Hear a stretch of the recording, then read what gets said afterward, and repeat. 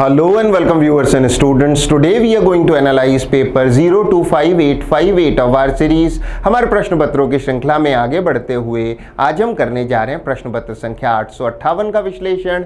Paper 858 आपकी screen पर। पहला सवाल सवाल संख्या 76। अब हमारा निर्देश है find out which part of the following sentence has an error in it.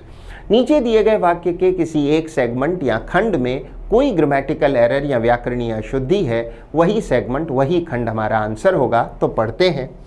In spite of his insincerity, विद्यार्थी ध्यान दें, इन स्पाइट ऑफ का अर्थ होता है के बावजूद, इनसिंसियरिटी का अर्थ है सदनियत का अभाव, सदनियतहीनता। अगर आप में जेन्युइननेस नहीं है, आप सदनियत वाले नहीं है, निष्ठाहीन है, तो आप में इनसिंसियरिटी है। In spite of his insincerity, उसकी सदनियत के अभाव होने की स्थिति पर भी he given full marks in the interview. वाक्य में एरर कहाँ है? निसंदेह यहाँ है। ही गिवन नहीं, ही वॉज गिवन होना चाहिए था। विद्यार्थी ध्यान दें, इस क्लॉज, इस वाक्य खंड का सब्जेक्ट ही है, किंतु उसे अंक देने वाले दूसरे लोग हैं। तो वाक्य के इस खंड की रचना पैसिव वॉइस में होनी चाहिए थी, एक्टिव में नहीं। ही गिवन नहीं, ही वॉज गिवन होना चाहिए था। उसे दिए गए इंटरव्यू में पूरे के पूरे अंक, फुल मार्क्स। वाक्य में करेक्शन सेगमेंट बी में है, यही हमारा आंसर होगा। करेक्शन के बाद वाक्य पढ़ा जाएगा। In spite of his insincerity, he was given full marks in the interview. हमारा आंसर ऑप्शन बी ही रहेगा। आगे बढ़ते हुए सवाल संख्या 77, एक बार फिर से वही निर्देश है, पढ़ते हैं। किरण इज सीनियर देन प्रेम। विद्यार्थी ध्यान दें, सीनियर का अर्थ है वरिष्ठ, पद में बड़ा। देन प्रेम, ऑल्दो का अर्थ है यद्यपि या हालांकि। She joined the company much letter, much later है बहुत बाद में। वाक्य में एरर निसंदेह यहाँ है, सीनियर देन नहीं, सीनियर टू होना चाहिए था। विद्यार्थी ध्यान दें, एडजेक्टिव्स जैसे कि senior, junior, superior, inferior, preferable आदि के उपरांत देन नहीं टू का इस्तेमाल किया जाता है। करेक्शन के बाद वाक्य हो गया, Kiran is senior to Prem although she joined the company much later. Kiran Prem से पद में वरिष्ठ है, यद्यपि उसने कंपनी बहुत बाद में ज्वाइन की। हमारा आंसर ऑप्शन ए के सीमा क्षेत्र में है, यही हमारा आंसर होगा। आगे बढ़ते हुए सवाल संख्या 78, फिल इन द ब्लैंक का प्रश्न है, पढ़ते हैं। He had an dash motive in coming to our help. विद्यार्थी ध्यान दे, मोटिव का अर्थ है किसी व्यक्ति का उद्देश्य या अभिप्रेरणा। तो प्रयोजन, उद्देश्य या अभिप्रेरणा in coming to our help. हमारा आंसर होगा ऑप्शन डी, अल्टीरियर। विद्यार्थी ध्यान दें, शब्द अल्टीरियर का अर्थ है गुप्त या गूढ़, ऐसी चीज जो आप दुनिया से छिपा कर रखना चाहते हैं, कंसील्ड रखना चाहते हैं। तो गुप्त, गूढ़, छिपाया हुआ, अक्सर जानबूझकर। He had an ulterior motive in coming to our help. हमारी मदद करने के पीछे उसका एक गुप्त उद्देश्य या मंतव्य रहा होगा। अन्य ऑप्शंस को कभी इग्नोर न करें, तो फिर उन पर भी एक नजर कर लेते हैं। माइनर का अर्थ है लघु या छोटा, अथवा कोई व्यक्ति माइनर है तो फिर वो अवयस्क है। एक्सटीरियर का अर्थ है बाह्य, बाह्य मतलब बाहर का, ये ओपोजिट है इंटीरियर का। तो एक्सटीरियर बाहर का, बाहरी या बाह्य। और इंफीरियर का अर्थ है निम्न या घटिया। वैसे पद में सबऑर्डिनेट कोई रैंक हो तो उसे भी इंफीरियर कहा जाता है। हमारा आंसर यद्यपि ऑप्शन डी ही रहेगा। आगे बढ़ते हुए सवाल संख्या 79, एक बार फिर से फिल इन द ब्लैंक का प्रश्न है, पढ़ते हैं। He decided to dash the examination in order to get a higher score. Higher score का अर्थ है ऊंचे अंक, जितने अंक थे उससे अधिक अंक। हमारा आंसर होगा ऑप्शन सी, रीसेट। विद्यार्थी ध्यान दें, अंग्रेजी में परीक्षा देने को कहते हैं टू टेक एन एग्जामिनेशन, या फिर टू सिट एन एग्जामिनेशन, या फिर to do an examination. Take, sit या डू। तो परीक्षा दोबारा देनी है। Decided to reset the examination, उसने तय किया कि वो अधिक अंकों के लिए एक बार परीक्षा पुनः देगा। अन्य ऑप्शंस पर एक नजर कर लेते हैं। रिवाइज का अर्थ है दोहराना, जबकि रीटेकन का अर्थ है किसी काम को दोबारा किया जाना या फिर परीक्षा को दोबारा दिया जाना। किंतु ये हमारा आंसर नहीं हो सकता। विद्यार्थी ध्यान दें, हमें मिला है डिसाइडेड टू, हमें चाहिए इन्फिनेटिव टू के साथ वर्ब की फर्स्ट फॉर्म, जबकि रीटेकन थर्ड फॉर्म है। यदि रीटेक रहा होता तो ये भी हमारा उत्तर हो सकता था, फिलहाल नहीं। ऑप्शन डी रीमेक का अर्थ आप जानते हैं पुनः बनाना। हमारा आंसर ऑप्शन सी रीसेट ही रहेगा। वो उसने तय किया है कि वो परीक्षा एक बार फिर से देगा। आगे बढ़ते हुए सवाल संख्या 80 निर्देश है find the word that best expresses the meaning of the given word. नीचे दिए गए सवाल में हमारा आंसर वो ऑप्शन होगा जो प्रश्न शब्द का सिनोनिम हो। बेस्ट एक्सप्रेसेस द मीनिंग यानी उसका बेहतरीन अर्थ रखता हो, उसका पर्यायवाची हो, उसका सिनोनिम हो। शब्द कॉन्ट्राबैंड का अर्थ है जो चीज तस्करी करके लाई गई है, अर्थात जिसका इंपोर्ट अथवा एक्सपोर्ट गैर कानूनी रूप से हुआ है।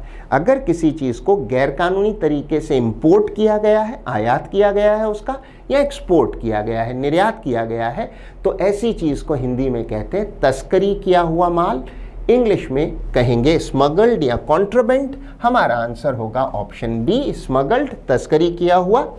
कॉन्ट्राबैंड का भी यही अर्थ है। अन्य ऑप्शंस पर एक नजर कर लेते हैं। शब्द ऑप्शन ए बर्गल का अर्थ है किसी घर मकान में गैर कानूनी रूप से घुसना, अक्सर चोरी करने के इरादे से। हिंदी में कहते हैं सेंध मारना। ऑप्शन सी बैफल्ड का अर्थ है कंफ्यूज्ड या परप्लेक्स्ड, पूरी तरह उलझा हुआ। परप्लेक्स्ड इसका एक अच्छा सिनोनिम हो सकता है। जबकि अंतिम ऑप्शन डी लेजिटिमेट का अर्थ है वैध या लीगल। हमारा आंसर ऑप्शन डी स्मगल्ड ही रहेगा। आगे बढ़ते हुए सवाल संख्या 81 फिर से वही निर्देश है, हमें बताना है प्रश्न शब्द का सिनोनिम या पर्यायवाची। प्रश्न शब्द है रिसेप्टिकल जिसका अर्थ होता है पात्र। उदाहरण के तौर पर आप अपने मवेशी या पशु को किसी पात्र में चारा डालते हैं तो वो पात्र या कंटेनर रिसेप्टिकल है। उसी प्रकार किसी फास्ट फूड कॉर्नर या फास्ट फूड जॉइंट में जिस पात्र में फास्ट फूड रखा जाता है उसे भी फास्ट फूड रिसेप्टिकल ही कहते हैं। उपलब्ध ऑप्शंस में हमारा आंसर होगा ऑप्शन सी कंटेनर, हिंदी में पात्र। अन्य ऑप्शंस पर एक नजर कर लेते हैं। कंपार्टमेंट का अर्थ है किसी ट्रेन आदि का डिब्बा या खंड अथवा बोगी। ऑप्शन बी होल का अर्थ है छिद्र या खड्डा, जबकि अंतिम ऑप्शन फनल का अर्थ है कीप। कीप वो डिवाइस होती है जिससे आप किसी कैनिस्टर आदि में किसी लिक्विड को डालते हैं, हिंदी में कीप कहते हैं, अंग्रेजी में फनल। हमारा आंसर ऑप्शन सी ही रहेगा। आगे बढ़ते हुए सवाल संख्या 82 निर्देश है choose the word that is opposite in meaning to the given word. अब की बार हमारा आंसर वो ऑप्शन होगा जो प्रश्न शब्द का विलोम हो या एंटोनिम हो। वेनिटी का अर्थ है अभिमान या अहंकार, अक्सर अभिमान अपनी अपीयरेंस का या अपनी उपलब्धियों का। हमारा आंसर होगा ऑप्शन ए ह्यूमिलिटी जिसका अर्थ है विनम्रता। इसके लिए एक बहुत अच्छा सिनोनिम हो सकता है मॉडेस्टी। तो अभिमान या अहंकार का विलोम शब्द हुआ ह्यूमिलिटी, विनम्रता। अन्य ऑप्शंस की समीक्षा कर लेते हैं। ऑप्शन बी ह्यूब्रिस का अर्थ है अहंकार या अभिमान और ये प्रश्न शब्द का पर्यायवाची है, सिनोनिम है। लव आप जानते हैं प्रेम और करेज का अर्थ है साहस। हमारा आंसर ऑप्शन ए ही रहेगा। आगे बढ़ते हुए सवाल संख्या 83 निर्देश है select the most appropriate meaning of the given idiom. हमें बताना है इस रेखांकित इडियोमेटिक एक्सप्रेशन का अर्थ। हमारा आंसर वो ऑप्शन होगा जो इसका सही अर्थ देता हो। पढ़ते हैं he gave vent to his pent up anger at the party last night. विद्यार्थी ध्यान दें, पेंट अप एंगर का अर्थ होता है अंदर दबाया हुआ गुस्सा।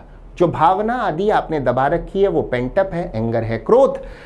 जबकि गिव वेंट टू का अर्थ होता है अपनी भड़ास या भावना को व्यक्त करना। तो गिव का पास्ट टेंस हुआ गिव। हमारा आंसर होगा option A expressed. He gave vent two means he expressed his pent up anger at the party last night. अन्य ऑप्शंस पर एक नजर कर लेते हैं। फॉरगॉट अबाउट इट, उसके विषय में भूल गया नहीं। अलाउड टू स्केप, स्केप का अर्थ होता है बच निकलना, नहीं। चेक्ड भी नहीं। हमारा आंसर ऑप्शन ए ही रहेगा, एक्सप्रेस्ड, अभिव्यक्त किया। आगे बढ़ते हुए सवाल संख्या 84 फिर से वही निर्देश है, हमें अर्थ बताना है इस अंडरलाइंड इडियोमेटिक एक्सप्रेशन का, रेखांकित मुहावरात्मक खंड का। तो पढ़ते हैं you should take this statement, statement है कथन, with a grain of salt. विद्यार्थी ध्यान दें, मुहावरा है to take something with a pinch of salt अथवा with a grain of salt.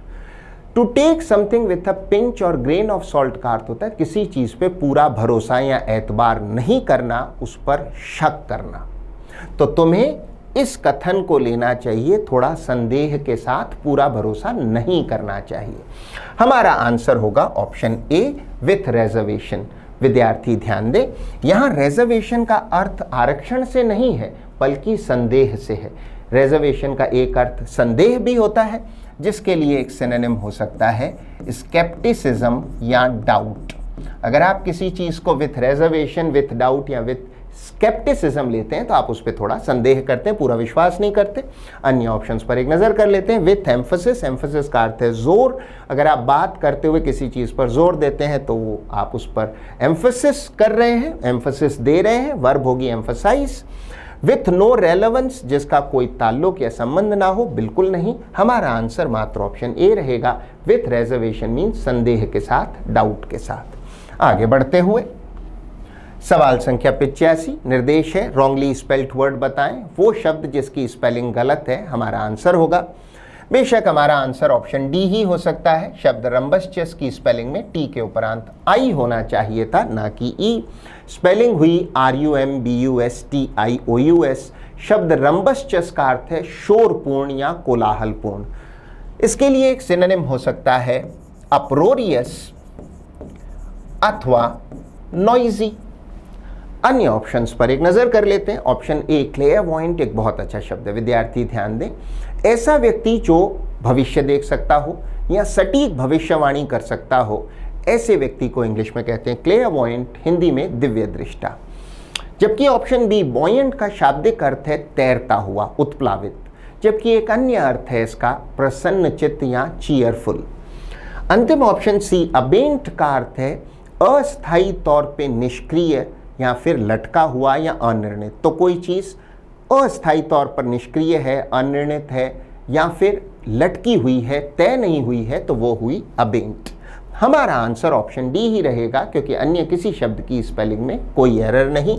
आगे बढ़ते हुए सवाल संख्या 86 अब की बार निर्देश मिला है किसी वाक्य के सेगमेंट्स को रीअरेंज करें। सवाल को हल करने की विधि से आप वाकिफ हैं। पहले सभी सेगमेंट्स या खंडों को पढ़ें, फिर उन्हें सही लॉजिकल क्रम में रीअरेंज करें। तो पढ़ते हैं। टू दी अंडरटेकिंग, अंडरटेक का अर्थ होता है किसी काम या अभियान को करना। जैसे यात्रा कर रहे हैं तो अंडरटेक अ जर्नी हो रहा है, काम कर रहे हैं तो कोई अंडरटेकिंग अ जॉब हुआ। May very well be compared, may well का प्रयोग होता है प्रोबेबली के अर्थ में, संभवतः। तो इसको संभवतः इसकी तुलना की जा सकती है ऑफ अ जर्नी, जर्नी है यात्रा। The process of learning, process है प्रक्रिया, लर्निंग है सिखलाई। इतना पढ़ने पर हमें खासा सटीक अनुमान हो चला है सीखने की प्रक्रिया की तुलना की जा रही है यात्रा करने से। हमारे पास जो दो बेहतरीन लिंक्स हैं वो है DB तथा AC। सबसे पहले शुरुआती या इंट्रोडक्टरी खंड होगा D, the process of learning, सीखने की जो प्रक्रिया है।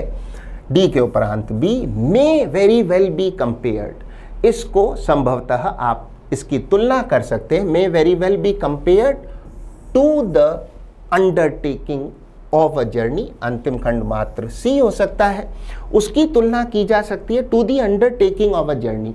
अंडरटेकिंग अ जर्नी मीन्स किसी यात्रा को करना, किसी अभियान या कार्य को करने को अंडरटेक कहते हैं। तो सीखने की प्रक्रिया की संभवतः तुलना की जा सकती है यात्रा करने से।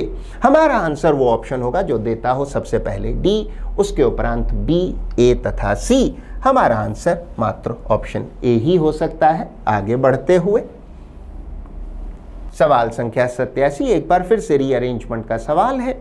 हमें मिले हैं 4 वाक्य जिन्हें हमें रीअरेंज करना है लॉजिकली, और उनके साथ एक ओपनिंग स्टेटमेंट भी है। तो पहले ओपनिंग स्टेटमेंट होगा, उसके बाद बचे हुए 4 खंड।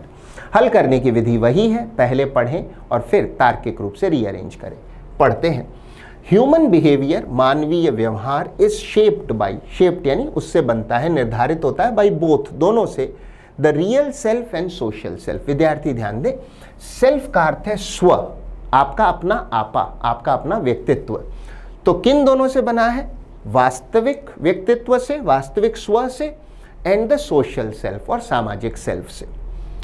बट व्हेन बोथ सेल्फ्स, किंतु ये जब दोनों आपके स्व या दोनों आपके व्यक्तित्व, सेल्फ का प्लूरल है selves, are in harmony, harmony का अर्थ है सामंजस्य, समरसता। पीपल फील एट पीस, तो लोगों को बड़ी शांति महसूस होती है। Such balance also helps them handle social roles more easily. ऐसा संतुलन उनको सामाजिक भूमिकाएं भी आसानी से हैंडल करने में मदद करता है। दिस लीड्स टू, ये कारक बनता है, स्ट्रेस कहते हैं तनाव को, एंड इमोशनल इम्बैलेंस, भावनात्मक असंतुलन का। कॉन्फ्लिक्ट का अर्थ है टकराव या संघर्ष। कॉन्फ्लिक्ट अराइजेस, संघर्ष उत्पन्न होता है when the real self is suppressed. Suppress का अर्थ होता है दमन करना, दबाना। संघर्ष कब उत्पन्न होता है? जब आपका जो असली स्व है, जो आपका असली व्यक्तित्व है, उसका दमन होता है। इतना पढ़ने पर हमें खासा अच्छा अनुमान हो चला है कि किसी व्यक्ति के वास्तविक स्व या व्यक्तित्व और सामाजिक व्यक्तित्व में कैसे समरसता हो या कब टकराव होता है, उसके बारे में है। ओपनिंग सेगमेंट हमारे पास है। हमारे पास जो दो बेहतरीन लिंक्स हैं वो है, सबसे पहले SRP और अंतिम खंड होना चाहिए Q। तो पढ़ते हैं सबसे पहले opening segment. Human behaviour is shaped by both the real self and social self. उसके उपरांत खंड S। कॉन्फ्लिक्ट अराइजेस, संघर्ष उत्पन्न होता है when the real self is suppressed, जब आप रियल सेल्फ को दबाते हैं, दमन करते हैं। S के उपरांत R। दिस लीड्स टू, ये जो दमन है इससे क्या होता है, और यहां संघर्ष से क्या होता है? Leads to stress and emotional imbalance, इससे तनाव और भावनात्मक असंतुलन पैदा होता है। आर के उपरांत होगा खंड P। But when both selves are in harmony, किंतु जब ये दोनों आपके जो सेल्व्स हैं, रियल सेल्फ और सोशल सेल्फ, समरसता में या सामंजस्य में होते हैं, तब क्या होता है? पीपल फील एट पीस, लोगों को शांति महसूस होती है। और अंतिम खंड मात्र Q ही हो सकता है। सच बैलेंस, ऐसा जो समरसता के कारण बैलेंस बनता है, also helps them handle social roles more easily. इससे उन लोगों की मदद होती है कि वो अपने सामाजिक भूमिकाएं भी आसानी से निभा सकें, हैंडल कर सकें। हमारा आंसर वो ऑप्शन होगा जो देता हो सबसे पहले सेगमेंट S, उसके उपरांत R, P तथा Q। इसी क्रम में हमारा आंसर मात्र ऑप्शन B SRPQ ही हो सकता है। आगे बढ़ते हुए सवाल संख्या 88, निर्देश है सिलेक्ट द करेक्ट एक्टिव और passive form of the given sentence. दिए गए वाक्य में हमारा आंसर वो ऑप्शन होगा जो इसके वॉइस को ठीक तरह से बदलता हो। पढ़ते हैं। Women like men to flatter them. Flatter का अर्थ है चापलूसी करना, खुशामद करना। विद्यार्थी ध्यान दें, हमें मिला है एक्टिव वॉइस का एक वाक्य जिसे हमें बदलना है पैसिव वॉइस में। विद्यार्थी ध्यान दें, हमें पैसिव बनाना होगा इस इन्फिनेटिव का टू फ्लैटर का। पैसिव होगा टू बी, और फिर पैसिव में हमेशा वर्ब की थर्ड या पास्ट पार्टिसिपल फॉर्म का इस्तेमाल किया जाता है। टू बी फ्लैटर्ड, वर्ब की थर्ड या पास्ट पार्टिसिपल फॉर्म। इस सारे आलोक में हमारा आंसर मात्र ऑप्शन बी ही हो सकता है। Women like to be flattered by man. महिलाओं को पसंद आता है कि पुरुष उनकी खुशामद करें, तो पुरुषों द्वारा खुशामद किया जाना महिलाओं को पसंद होता है। अन्य ऑप्शंस को कभी इग्नोर न करें, तो उन पर भी एक नजर कर लेते हैं। ऑप्शन ए कहता है men are liked by women, नहीं। Women like that man should flatter them, नहीं। टू का पैसिव होगा टू बी। और अंतिम ऑप्शन कहता है women are like to be flattered, नहीं। विमेन आर लाइक नहीं, women like to be flattered. वाक्य में यहां एरर है। हमारा आंसर मात्र ऑप्शन बी ही हो सकता है। आगे बढ़ते हुए सवाल संख्या 89, निर्देश है select the most appropriate direct और indirect form of the given sentence. पढ़ते हैं। आई वॉन्ट हर, मैंने उसे चेतावनी दी, that I could no longer. No longer यानी और बिल्कुल भी नहीं। टॉलरेट का अर्थ होता है सहन करना, हर कमिंग लेट। मैंने उसे चेतावनी दी कि अब मैं उसके देरी से आने को और नहीं सह सकता था। हमें मिला है इनडायरेक्ट स्पीच का एक वाक्य जिसे हमें बदलना होगा डायरेक्ट स्पीच में। विद्यार्थी ध्यान दें, हमें मिला है इनडायरेक्ट स्पीच में कुड नो लॉन्गर, जबकि वांट पास्ट टेंस में है, जिसका अर्थ है जो डायरेक्ट स्पीच का वाक्य रहा होगा उसकी रिपोर्टिंग वर्ब पास्ट टेंस में रही होगी और कुड के स्थान पर कैन का इस्तेमाल किया गया होगा। इस सारे आलोक में हमारा आंसर मात्र ऑप्शन बी हो सकता है। आई सेड टू हर, जो बन गया I want her. Quote, I can no longer tolerate your coming late, end of the quote. अब मैं बिल्कुल नहीं सहन कर सकता तुम्हारा देरी से आना। डायरेक्ट स्पीच में can no longer, indirect speech में बन गया could no longer. Right, your बन गया हर। अन्य ऑप्शंस पर एक नजर कर लेते हैं। ऑप्शन ए कहता है said to her quote you can no longer tolerate, नहीं। यू नहीं, I can no longer tolerate. Option C कहता है I said to her quote he can, बिल्कुल नहीं। ऑप्शन डी कहता है I said to her quote I can no longer tolerate she, नहीं, her होना चाहिए था। हमारा आंसर मात्र ऑप्शन बी ही हो सकता है। आगे बढ़ते हुए सवाल संख्या 90, निर्देश है select the most appropriate option to replace the underline segment in the given sentence to correct it. नीचे दिए गए वाक्य में एक खंड रेखांकित है, हमारा आंसर वो ऑप्शन होगा जो इसे रिप्लेस करता हो सही शब्द से, सही ऑप्शन से। पढ़ते हैं, astonishing by the accusation, accusation का अर्थ होता है आरोप। He could offer no serious defence. विद्यार्थी ध्यान दें, शब्द अस्टॉनिशिंग का अर्थ है आश्चर्यजनक या विस्मयकारी। एक्यूजेशन से आश्चर्यजनक नहीं, आश्चर्यचकित होना चाहिए था। एस्टॉनिशिंग नहीं, अस्टॉनिश्ड होता या अस्टाउंडेड होता तो हमारा वाक्य सही होता। उपलब्ध ऑप्शंस में हमारा आंसर होगा ऑप्शन सी, डम्बफाउंडेड। विद्यार्थी ध्यान दें, डम्बफाउंडेड में बी को नहीं बोला जाता, साइलेंट रहता है। डम्बफाउंडेड का अर्थ है अस्टाउंडेड या अस्टॉनिश्ड, चकित, हैरान।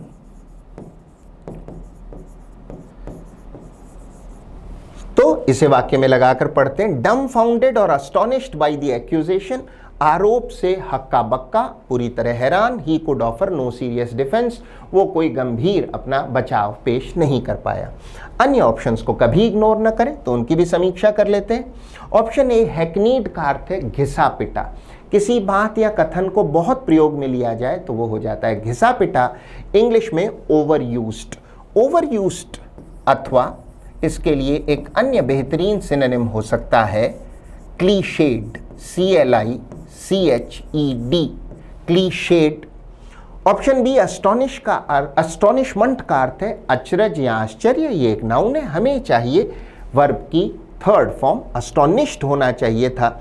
हमारा आंसर मात्र ऑप्शन सी, डम्बफाउंडेड ही रहेगा। आगे बढ़ते हुए सवाल संख्या 91, फिर से वही निर्देश है, रेखांकित सेगमेंट को रिप्लेस करें तो पढ़ते हैं, had we have Yuvraj in our team we would have won the match easily.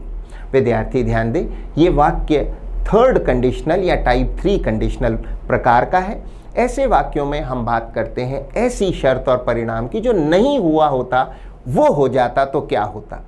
ऐसे वाक्यों में जो कंडीशनल क्लॉज या शर्त वाला खंड होता है उसे पास्ट परफेक्ट टेंस में लिखा जाता है, हेड के साथ वर्ब की थर्ड या पास्ट पार्टिसिपल फॉर्म, जबकि main clause conditional perfect means would have, could have या माइट हैव के साथ वर्ब की थर्ड या पास्ट पार्टिसिपल फॉर्म का प्रयोग किया जाता है वाक्य में। अतः एरर यहां है, हैड वी हैव नहीं, हैड होना चाहिए था।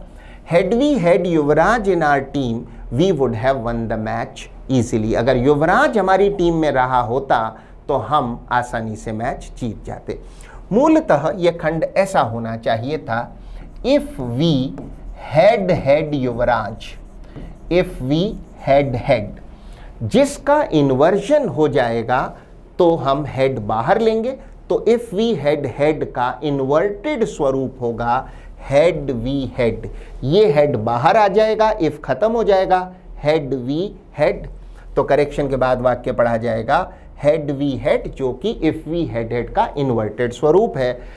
इन our team we would have won the match, तो had we had Yuvraj in our team, यदि युवराज हमारी टीम में रहा होता we would have won the match, हम आसानी से मैच जीत जाते।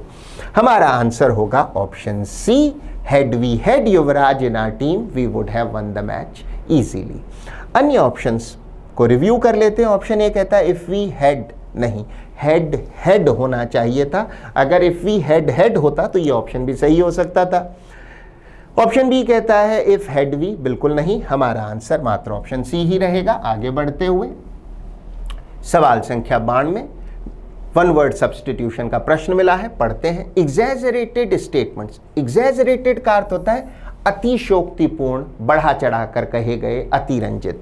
स्टेटमेंट्स कथन और क्लेम्स का अर्थ है दावे, not meant to be taken literally, literally का अर्थ है शाब्दिक रूप से। तो बढ़ा चढ़ाकर कहे गए दावे या कथन जिनको आप शब्दशः ना लें, लिटरली ना लें, ऐसे दावों या कथनों को कहते हैं हाइपरबली। विद्यार्थी उच्चारण पर भी ध्यान दें, शब्द का उच्चारण है हाइपरबली। ये अंग्रेजी में एक फिगर ऑफ स्पीच है, रेटोरिकल डिवाइस है, बढ़ा चढ़ाकर कहने के कथन या दावों के लिए। अन्य ऑप्शंस में ऑप्शन ए हाइपरटेंसिव का अर्थ है हाइपरटेंशन या हाई ब्लड प्रेशर से पीड़ित, सो उच्च रक्तचाप से पीड़ित। हिपोक्रेसी ऑप्शन बी का अर्थ है पाखंड, दिखावा। और अंतिम ऑप्शन डी हाइपोथेसिस का अर्थ है कोई परिकल्पना या प्रकल्पना या परिकल्पना का अर्थ है वो अवधारणा जो अभी तक पूरी तरह सिद्ध नहीं हुई है। जब हाइपोथेसिस सिद्ध हो जाएगा तो वो प्रिंसिपल या सिद्धांत बन जाएगा, अभी तक वो एक अवधारणा है, परिकल्पना या प्रकल्पना है। हमारा आंसर यद्यपि ऑप्शन सी ही रहेगा। आगे बढ़ते हुए सवाल संख्या 93 फिर से वन वर्ड सब्स्टिट्यूशन का प्रश्न है। एन अनइम्पॉर्टेंट पर्सन, ऐसा व्यक्ति जो मामूली हो, जिसकी कोई खास हैसियत ना हो, कहलाता है नॉन एंटिटी। नॉन एंटिटी का अर्थ है नगण्य व्यक्ति जिसकी कोई हैसियत, ओहदा आदि ना हो। अन्य ऑप्शंस में ऑप्शन ए नॉनजेनेरियन का अर्थ है ऐसा व्यक्ति जिसकी आयु 90 से 99 वर्ष के बीच हो। यदि किसी व्यक्ति की आयु 80 से 89 वर्ष के बीच में हो तो उसे कहते हैं ऑक्टोजेनेरियन। 90 से 99 वर्ष की आयु के बीच वाले व्यक्ति को कहते हैं नॉनजेनेरियन। ऑप्शन सी नॉन परेल का अर्थ है बेजोड़ या अद्वितीय। अगर कोई व्यक्ति अपने फील्ड में, अपने क्षेत्र में सबसे आगे हो, अप्रतिम हो, बेजोड़ हो, तो उसे कहते हैं नॉन परेल। और अंतिम ऑप्शन डी मेवरिक एक नाउन भी है और एडजेक्टिव भी, जिसका अर्थ है अनऑर्थोडॉक्स या परंपरा से हटकर चलने वाला या ऐसा व्यक्ति। अनऑर्थोडॉक्स या फिर नॉन कॉन्फॉर्मिस्ट, परंपराओं से हटकर चलने वाला, परंपरा विरोधी। हमारा आंसर ऑप्शन बी ही रहेगा। आगे बढ़ते हुए सवाल संख्या 94 निर्देश है प्रश्न शब्द का ऑपोजिट बताएं। हमारा आंसर वो ऑप्शन होगा जो प्रश्न शब्द का विलोम है। प्रश्न शब्द है ब्लोटेड, जिसका अर्थ है फूला हुआ, अक्सर हवा से या फिर फ्लूइड से, तो फूला हुआ। हमारा आंसर होगा ऑप्शन डी डिफ्लेटेड। डिफ्लेटेड का अर्थ है पिचका हुआ। अन्य ऑप्शंस पर एक नजर कर लेते हैं। स्वोलन का अर्थ है फूला हुआ, सूजा हुआ, ये तो प्रश्न शब्द का सिनोनिम हुआ। एरोगेंट का अर्थ है अभिमानी, घमंडी, proud.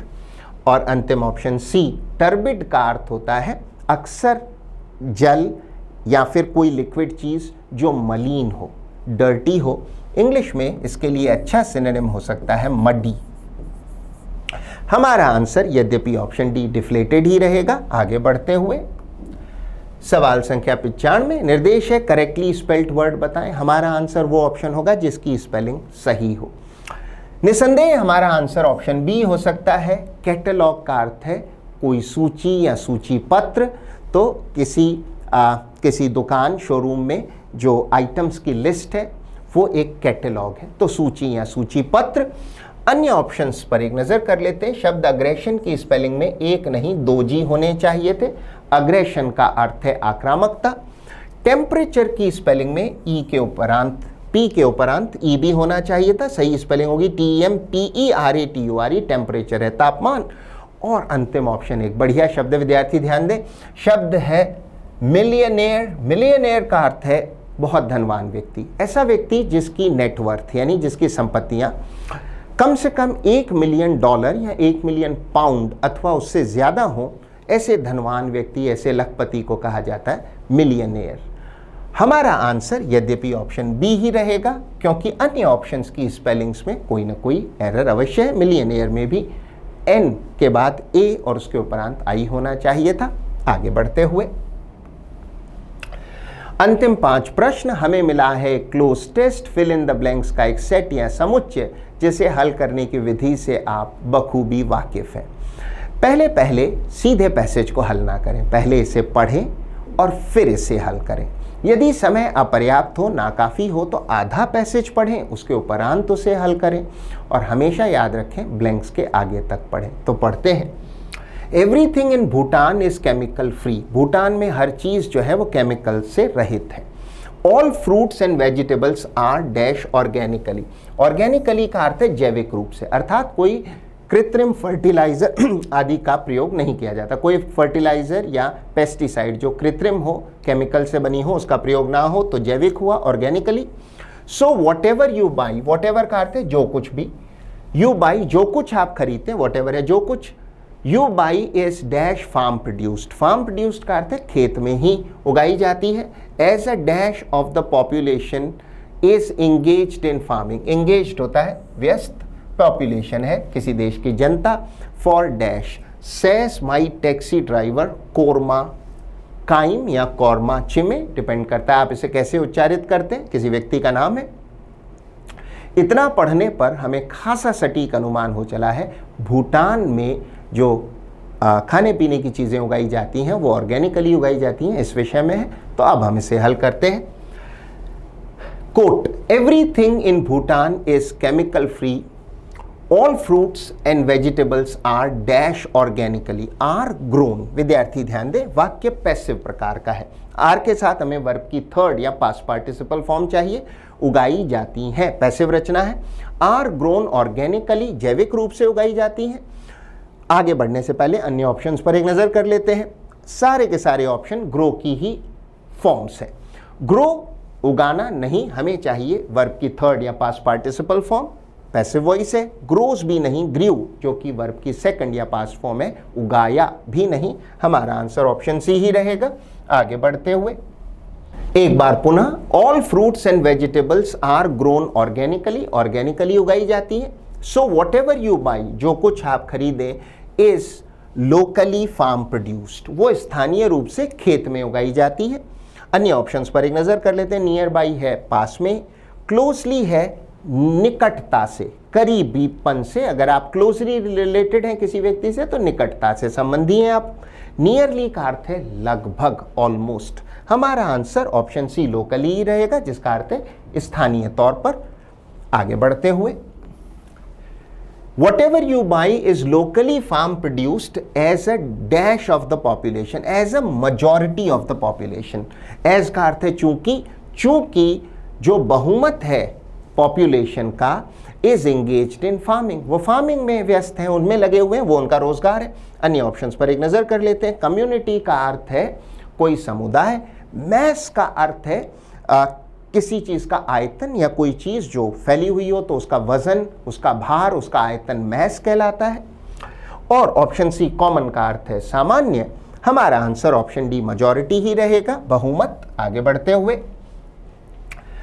As a majority of the population, जो जनसंख्या का बहुमत है, अधिकांश लोग हैं, इज एंगेज्ड, व्यस्त है, in farming for dash, end of the quote, for sustenance, वो फार्मिंग में, खेती पर, किसानी पर निर्भर है। फॉर सस्टेनेंस, सस्टेनेंस का अर्थ होता है भरण पोषण, अर्थ है आजीविका से, तो वो अपनी आजीविका या भरण पोषण के लिए खेती किसानी पर निर्भर है। अन्य ऑप्शंस पर एक नजर कर लेते हैं। प्रोविजन का अर्थ है प्रावधान, न्यूट्रिशन का अर्थ है पोषण। विद्यार्थी ध्यान दें, न्यूट्रिशन वो पोषण है जो शरीर को भोजन आदि से मिलता है, नरिशमेंट। जबकि सस्टेनेंस का अर्थ है भरण पोषण आजीविका से, तो वो फार्मिंग से आजीविका कमाते, न्यूट्रिशन नहीं, सस्टेनेंस। और अंतिम ऑप्शन डी कंजर्वेशन, एक बहुत अच्छा शब्द है, विद्यार्थी ध्यान दें, कंजर्वेशन का अर्थ है संरक्षण। हमारा आंसर यद्यपि ऑप्शन सी ही रहेगा। आगे बढ़ते हुए, engaged in farming for sustenance, end of the quote, says my taxi driver Korma Chime। Quote again, we use turmeric on wounds. Turmeric कहते हैं हल्दी को, वुंड्स कहते हैं घावों को। हम हल्दी का प्रयोग करते हैं घावों पर। ऑल्सो टू डाई, डाई का अर्थ है रंगना, रंग लगाना या रंगना। डाई गारमेंट्स, गारमेंट्स का अर्थ है कपड़े, और हम हल्दी का ही प्रयोग करते हैं कपड़ों को रंगने के लिए, dye garments. And it is extensively used in our cooking. Extensively means व्यापक रूप से, और हल्दी का प्रयोग व्यापक रूप से हमारी कुकिंग में भी होता है। अन्य ऑप्शंस को रिव्यू कर लेते हैं। ऑप्शन ए कहता है कवरिंग, कवरिंग नहीं, डाई गारमेंट्स, हम रंगते हैं कपड़ों को। ऑप्शन सी फैशन, आप जानते हैं। और अंतिम ऑप्शन डी एक अच्छा ऑप्शन है, विद्यार्थी ध्यान दें। अटायर का अर्थ होता है वेशभूषा या पोशाक। अक्सर किसी औपचारिक या फॉर्मल अवसर पर जो वेशभूषा या पोशाक पहनी जाती है उसे कहते हैं अटायर। जब बात रंगने की है तो किसी अवसर विशेष की पोशाक से अर्थ नहीं है, कपड़ों से अर्थ है। गारमेंट्स आंसर होगा, ना कि attire. It is added extensively in our cooking, ये व्यापक रूप से हमारी कुकिंग में, हमारे भोजन बनाने में भी प्रयोग में ली जाती है। ऑल्सो मैनी बिलीव, बहुत से लोग ये मानते हैं, it is anti cancer. It यहाँ पर आ रहा है टर्मरिक या हल्दी के लिए, कि इसमें एंटी कैंसर प्रॉपर्टीज़ होती है, यानी ये कैंसर ठीक कर सकती है, कैंसर की रोकथाम कर सकती है। And can treat tumours, tumour का अर्थ है कोई गांठ, अक्सर कैंसर की गांठ को ट्यूमर कहा जाता है और उसका उपचार भी कर सकती है। हमारा answer option B garment C रहेगा। सो ये था आपका एनालिसिस पेपर 858 का। I hope you manage to learn a few things from it. अच्छे असर के लिए वीडियो को फिर से देखें, वीडियो में सिखाए गए नियमों को लिखें, याद करें, और वीडियो में सिखाई गई वोकैबुलरी को लिखें, नोट करें, याद करें, और बहुत बेहतर होगा इन शब्दों और इडियम्स का प्रयोग अपने एग्जाम्पल सेंटेंसेस में करें। So keep trying, keep working, keep learning. All the best. Thank you and bye bye.